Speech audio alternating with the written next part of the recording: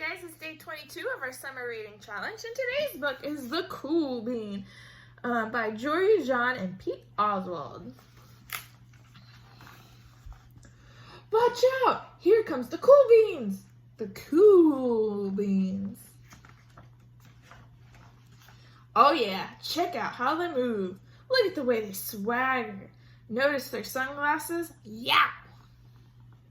The cool beans are known all over school, from house to house, across town, beyond county lines. In the old days, last year, we were all one big pot of beans. We were a mixed bag, but somehow it worked. Yep, those were the good old days. And then we stopped seeing each other as much.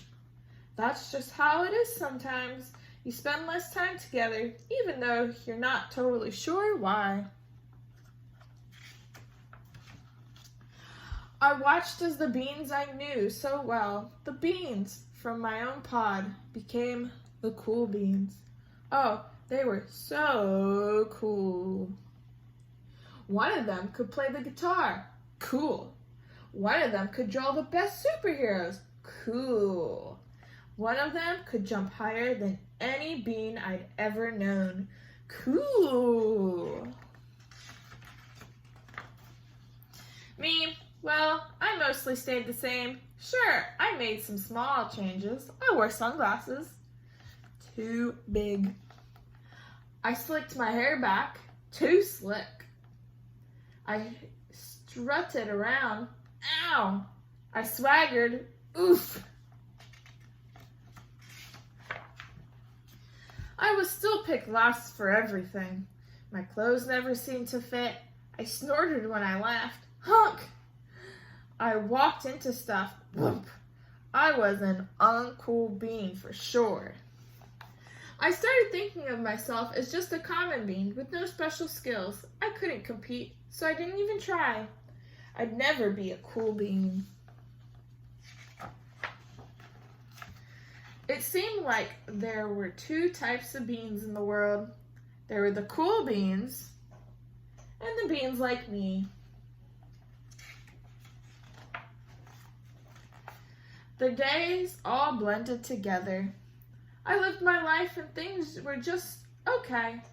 I took tests and ate lunches and mostly kept to myself. The cool beans continued being cool.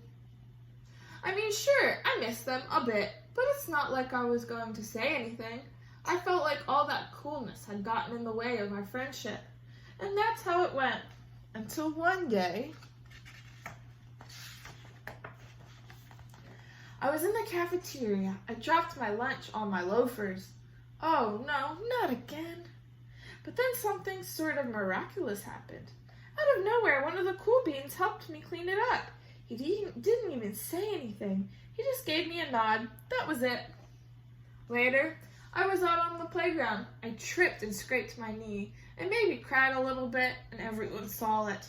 Another one of the cool beans came to my side, and without a word, he dusted me off. That afternoon, I was sitting in class. I wasn't really paying attention. I didn't notice, but our teacher had called on me. Everybody stared. I sat there in silence. Nobody said anything. And then everybody just laughed at me. That was it. After today, I was officially a has-been. But then one of the cool beans stood up and came over to me. Everybody watched. She leaned in close and whispered, "Hey, the teacher asked you to read from page 32. Then she gave me a quick wink and went back to her seat. It was a small gesture, sure, but it was also everything. I walked home with a goofy smile on my face. I smiled all the way through dinner. That day made all the difference. It was a day that could have been really bad, if not for the kindness of a few cool beans. It gave me a shred of confidence. That shred of confidence has continued to grow. Somebody had my back, or a few somebodies. After that, I started hanging out with the cool beans again. How have you been? Get it? how have you been? Not all the time, but sometimes. At lunch, after school, even on the weekends. Throughout all of this, I realized that it's not about how you look or any of that other silly stuff. It's about a wink or a nod or a smile at just the right moment. It's about the dusting somebody off, helping them up again, and pointing them in the right direction. You need a hand? Yes, please. Now that's cool. The end. All right, see you guys tomorrow.